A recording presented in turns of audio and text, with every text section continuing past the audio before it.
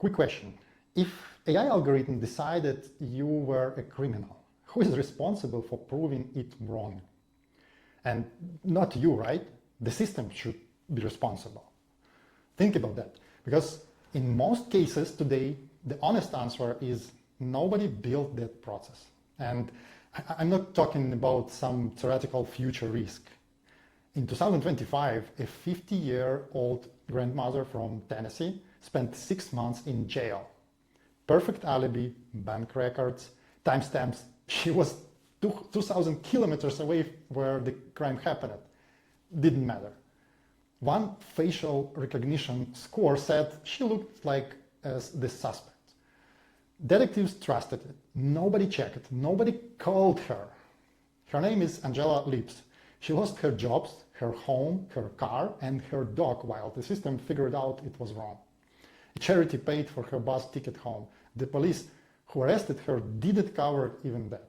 So today I want to talk about something most AI conversations miss. Not whether the AI is smart or dangerous, but why we build these systems without asking one basic question. What happens when the algorithm is wrong, and who actually checks? I've been reading some research on exactly this, and what I found is not comfortable. MIT Technology Review published a piece called "The Robots Who Predict the Future." It reviews 3 new books about how prediction algorithms work and what they are actually doing to us. 3 ideas from the piece. They explain how Angela ended up in jail and why it keeps happening. So the first idea comes from Carissa Véliz, a professor at Oxford's Institute for Ethics in AI. Her book is called Prophecy. She says, prediction is not a neutral number, it's a magnet. When a system produces a score, a risk score, a match score, people stop asking questions. The number feels scientific, so everyone starts acting as if the prediction is already true. The algorithm said Angela looked like the suspect, so she became the suspect. Police stopped investigating. Nobody checked where she actually was. The prediction pulled reality towards itself. And this is not only about criminal cases. Think about hiring. A scoring system gives your resume a low result. The recruiter never sees it. The algorithm already decided. Think about loans. A credit model says you are a high risk. The bank says no, you never talk to a human.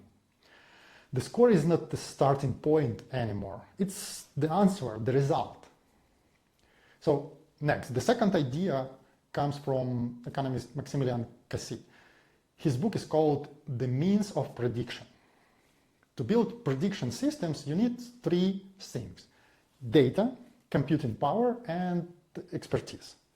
And all 3 are concentrated in very few hands right now.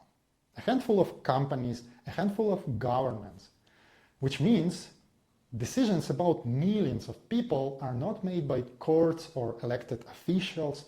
They are made by whoever owns the prediction factory. When a bank decides you are too risky for a loan, that decision comes from a model built by a private company, trained on data you never saw, using logic nobody explained it to you.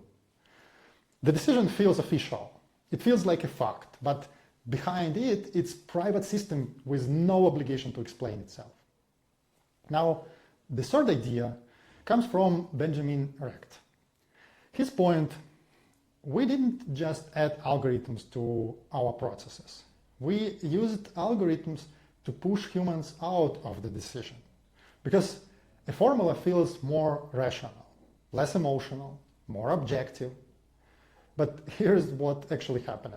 We moved the bias inside the formula, where it's invisible, and we removed the step where someone asks, wait, does this actually make sense? In Angela's case, that step was just call her, check where she was on that day.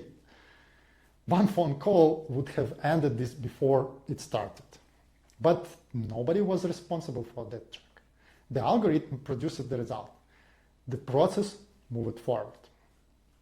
Now, I want to talk to people who run companies or work in companies that use AI for decisions. Because this is not just a government problem. The same thing is happening in HR systems, in customer risk scoring, in fraud detection, in performance management, everywhere and more every day.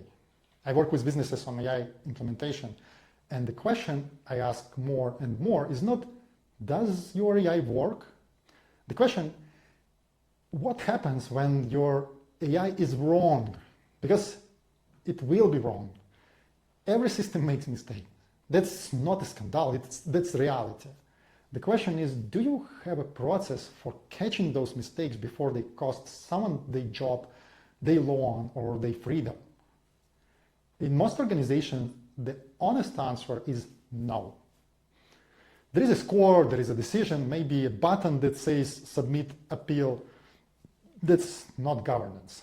That's a risk you have not noticed it yet. And my simple recommendation for any AI system that makes decisions about people, there must be a specific named human who can override it. Not a policy document, a person whose job is to say, this does not look right, let me actually check. Sounds basic, most companies don't have it. Angela got out on December 21st. 6 months, job gone, home gone, car gone, dog gone. The system that put her there is still running. Carissa Véliz has one line I keep thinking about. The real purpose of prediction is not knowledge of the future, it's power over others. I'm not saying AI is bad.